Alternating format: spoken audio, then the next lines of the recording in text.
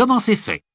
Considérée à l'origine comme un médicament, la boisson gazeuse fit son apparition chez les apothicaires qui proposaient différents arômes d'eau gazeuse. Ces sodas devinrent si prisés que les clients voulurent se les procurer en bouteille de façon à pouvoir les emporter chez eux. De cette demande naquit l'industrie des boissons gazeuses. Des milliards de boissons gazeuses sont consommées chaque année partout dans le monde.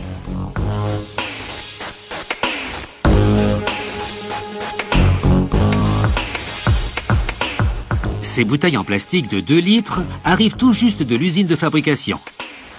Bien qu'elles soient neuves, elles doivent d'abord être nettoyées avant d'être remplies. Cette rinceuse met les bouteilles à l'envers et les nettoie avec de l'eau préalablement purifiée sur place à l'usine.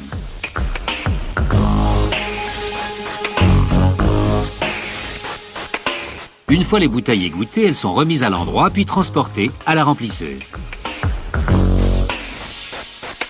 Pendant ce temps, dans la salle de préparation, les techniciens concoctent la boisson de la série qui va être mise en bouteille.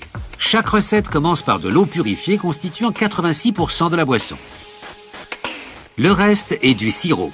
Chaque recette de sirop est une combinaison d'ingrédients méticuleusement dosés, des parfums et colorants artificiels et naturels, et un ou plusieurs types de sucre, tels que du glucose ou du fructose, extraits de betterave, de maïs ou de canne à sucre. Grâce à cette machine qui déverse la quantité requise de sirop dans l'eau purifiée, on obtient la boisson finale, mais sans les bulles. La boisson est maintenant transportée dans un réservoir pressurisé que l'on appelle le saturateur. On y injecte du dioxyde de carbone qui se dissout dans la boisson sous forme de bulles. La boisson gazeuse est ensuite transportée dans le réservoir de la remplisseuse.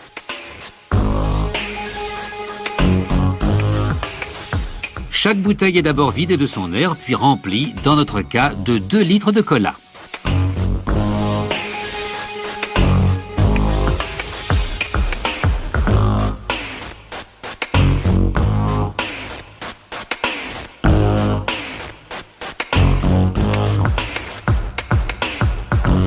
Direction l'encapsulage. Les capsules descendent le long d'une glissière propulsée par de l'air épuré. La machine visse fermement la capsule sur le goulot de façon à entrelacer les sillons et à fermer hermétiquement la bouteille.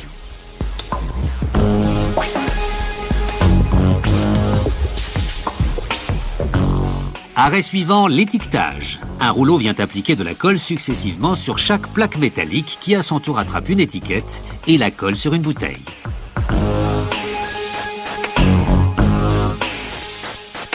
Des brosses lissent les angles pour une meilleure adhésion des étiquettes.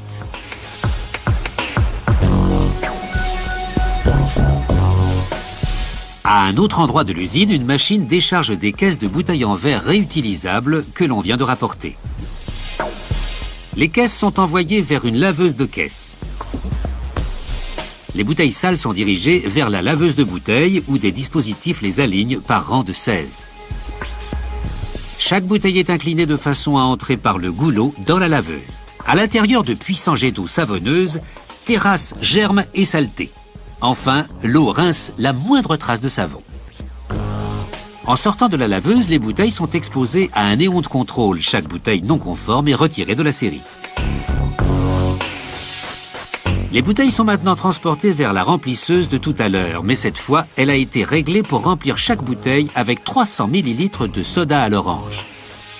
Dans cette usine, un échantillon de chaque série produite est prélevé pour procéder à un contrôle de qualité.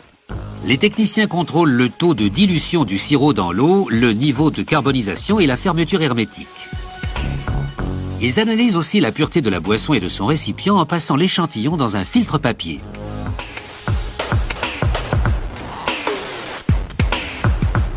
Ils mettent ensuite ce filtre dans une boîte de pétri contenant tous les nutriments nécessaires au développement des micro-organismes. Ils incubent ensuite à une température précise et observent un éventuel développement de bactéries. Ces bouteilles en verre sont fermées par des capsules métalliques. Quand la capsule tombe sur la bouteille, la machine l'enfonce de façon à obtenir une fermeture hermétique.